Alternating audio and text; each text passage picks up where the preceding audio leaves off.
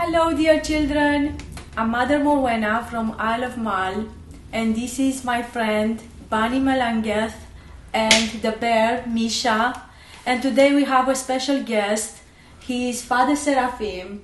He's the father who looks after the nuns at Mull Monastery.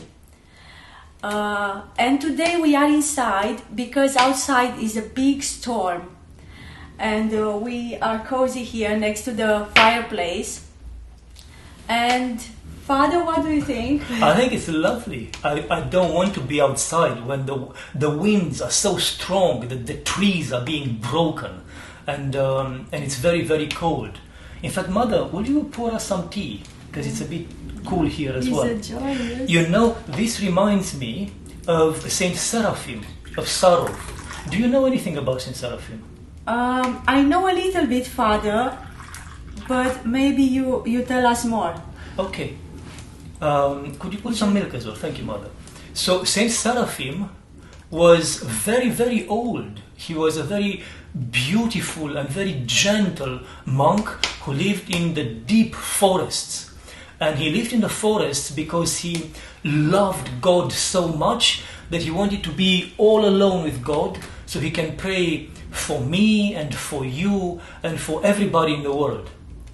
And Father, I know that he loved animals. He adored animals. And because he loved them so much, the animals, although they were, fiery, mighty beasts of the forest, they felt that love. And then they came to him and they loved him back.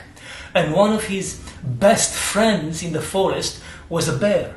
A bear? What was his name? Well, that's why when we got Misha here, we called him Misha, because Saint Seraphim's bear was called Misha as well, which comes from Michael. Misha is short from Michael.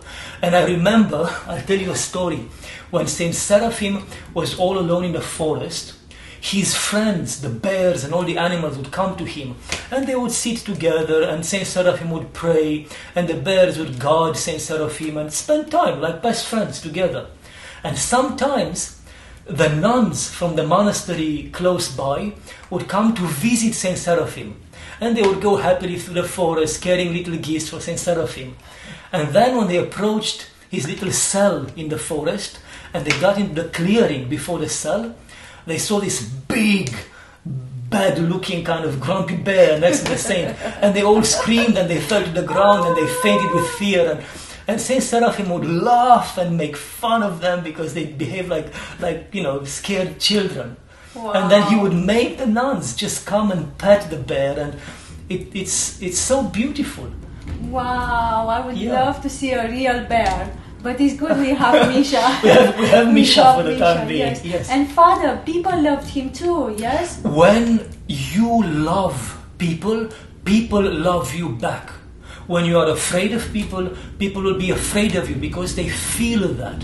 When you want to run away from people, they will run away from you. But Saint Seraphim loved people so much that they were just attracted to them. They loved him so much back. And it was the same with the animals.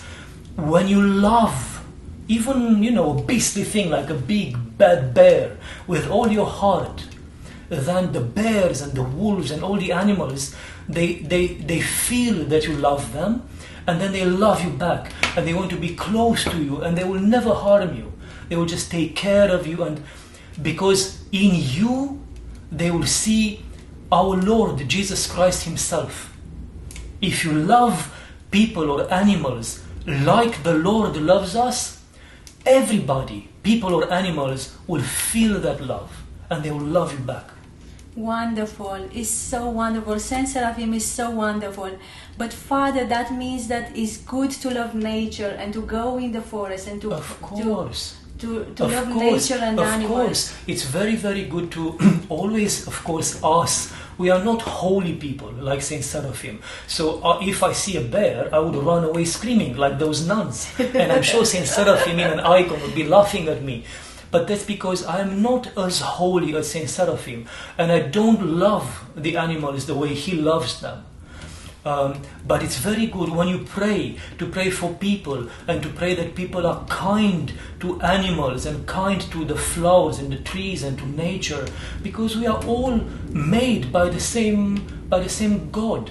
In a way, we are brothers and sisters with all these animals and with all the trees.